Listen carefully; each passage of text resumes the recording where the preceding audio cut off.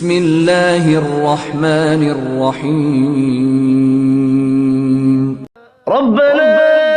إننا آمنا فاغفر لنا ذنوبنا وقنا عذاب النار ربنا إننا آمنا فاغفر لنا